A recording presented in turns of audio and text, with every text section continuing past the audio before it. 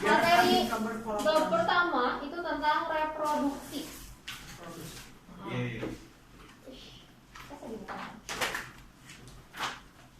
Re itu artinya kembali. Jadi reproduksi itu memproduksi kembali. Reproduksi ada dua jenis, ada reproduksi individu, berarti yang menghasilkan individu. Ada juga reproduksi sel yang menghasilkan sel. Contohnya reproduksi individu, kalau misalnya manusia menghasilkan manusia lagi dengan cara apa ini? Beranak.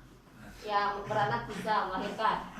Kalau misalkan bebek menghasilkan bebek lagi dengan cara bertelur.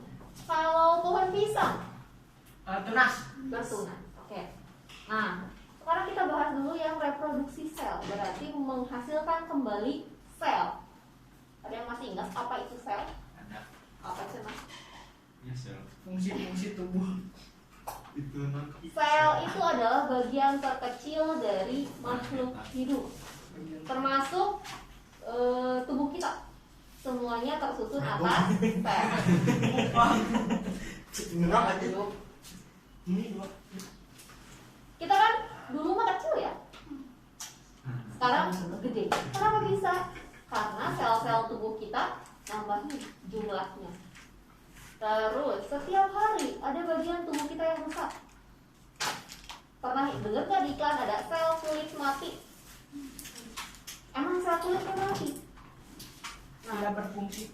Si reproduksi sel salah satunya bertujuan untuk mengganti sel-sel yang sudah rusak. Contohnya tadi yang sel kulit. Reproduksi sel disebut juga pembelahan sel.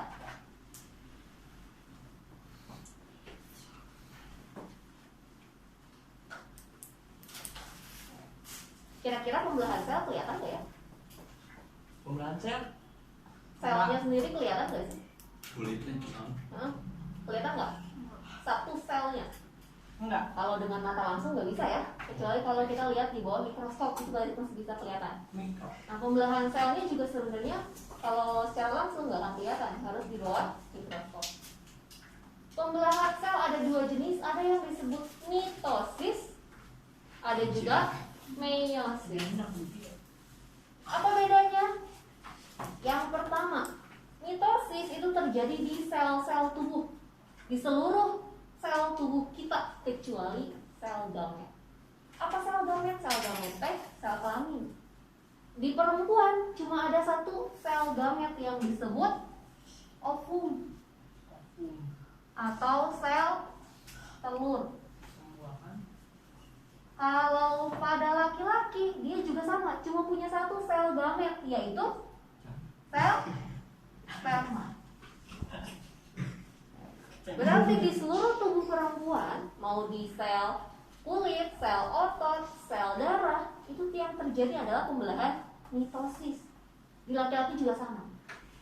Nah, kalau di meiosis, pembelahan meiosis itu hanya terjadi pada sel kelamin, pada ovum dan sperma. Terus, karena mitosis terjadinya di sel tubuh, fungsinya untuk pertumbuhan. Memperbesar tadi ya, dari kecil menjadi besar karena si sel-selnya nambah banyak. Dan fungsi yang kedua untuk mengganti sel-sel yang rusak. Tapi ada sel yang walaupun dia udah rusak, susah banget gantinya. Yang paling susah itu adalah sel saraf yang ada di otak dan di ya saraf-saraf itu ya. Makanya kalau orang yang otaknya rusak, sel sarafnya udah rusak, itu susah sembuhnya dibandingkan dengan orang yang misalkan tegores, kulitnya rusak berarti kan ya, dia lebih cepat sembuh. Terus kalau pembelahan meiosis, dia kan hanya terjadi di sel telur dan sel sperma. Fungsinya untuk menghasilkan individu yang baru dan mempertahankan jumlah kromosom. Apa kromosom? Tahu nggak? Bentar dulu ya. Pada pembelahan mitosis itu terjadi satu kali pembelahan. Awalnya satu induk menghasilkan dua anak. Induknya kromosomnya diploid, anaknya pun diploid. Bingung sampai sini? Hmm. Oke. Di dalam setiap sel kita ada yang namanya DNA. DNA itu menentukan mau jadi seperti apa kita bentukannya. DNA manusia dengan DNA ayam sama beda kira-kira? Beda. Beda, makanya bentukannya pun beda. Nah,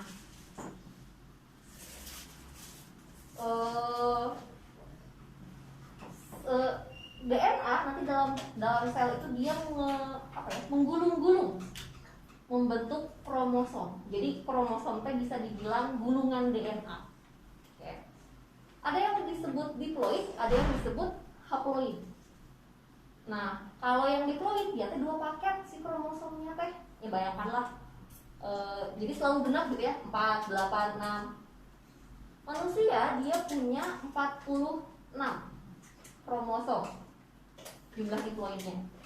Terus kalau pada meiosis, karena dia fungsinya untuk mempertahankan jumlah kromosom dan menghasilkan individu baru, kan manusia itu punya 46 ya si kromosomnya. Berarti anaknya biar tetap jadi manusia harus berapa kromosomnya? 46 juga. Makanya pada meiosis si sel anak dia setengah dari induknya. Berapa setengahnya berarti? 23 kromosom dari sperma ketemu dengan 23 kromosom dari sel ovum, sel telur. Maka hasilnya akan jadi manusia. Kurang 1 atau lebih 1 itu cacatnya fatal. Nanti kalian bisa kepo ya, bisa dilihatlah di internet. Kalau misalnya seseorang kelebihan 1 DNA, 1 kromosom atau kekurangan 1 kromosom, itu contohnya yang kekurangan ya, dia rusaknya tuh di semua tubuhnya. Bisa dari otaknya udah rusak, terus dari jantungnya juga ya. Pokoknya seluruhnya, nggak cuma di satu bagian doang. Sampai sini gimana? Bingung?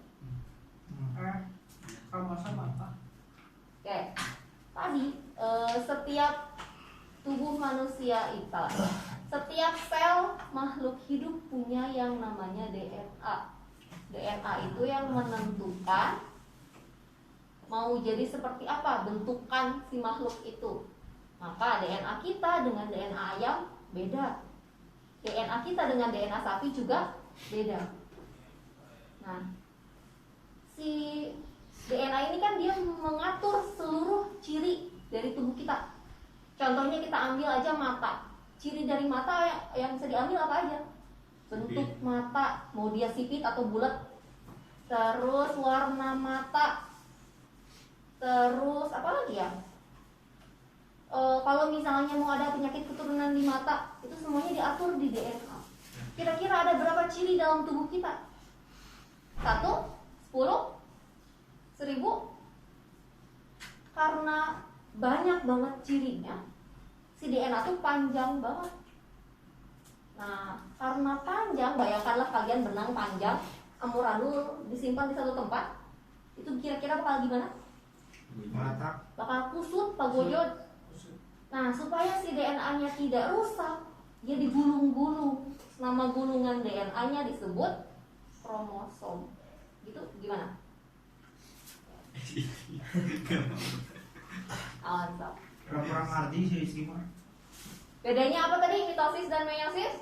Kelamin satu apa? Ya, meiosis terjadi di kelamin, fungsinya untuk menghasilkan individu baru. Makanya hasil anaknya cuma setengah dari induknya, supaya nanti ketika sel sperma dengan sel telurnya ketemu, anaknya, kalau misalnya sel telur manusia ketemu dengan sperma manusia, anaknya tetap jadi manusia. Gitu. Nah, kalau pada meiosis dia pembelahannya terjadi 2 kali. Kalau ini mah dari 1 langsung jadi 2. Kalau yang ini 1 jadi 2. Terus yang 2 ini ngebelah lagi jadi 4. Jadi 1 dia ngebelah jadi 2. Masing-masing ini dia ngebelah lagi. Oke. Gitu kan. Jadi 4. Dia 2 kali. Maka hasilnya anaknya memiliki DNA yang setengah dari induk.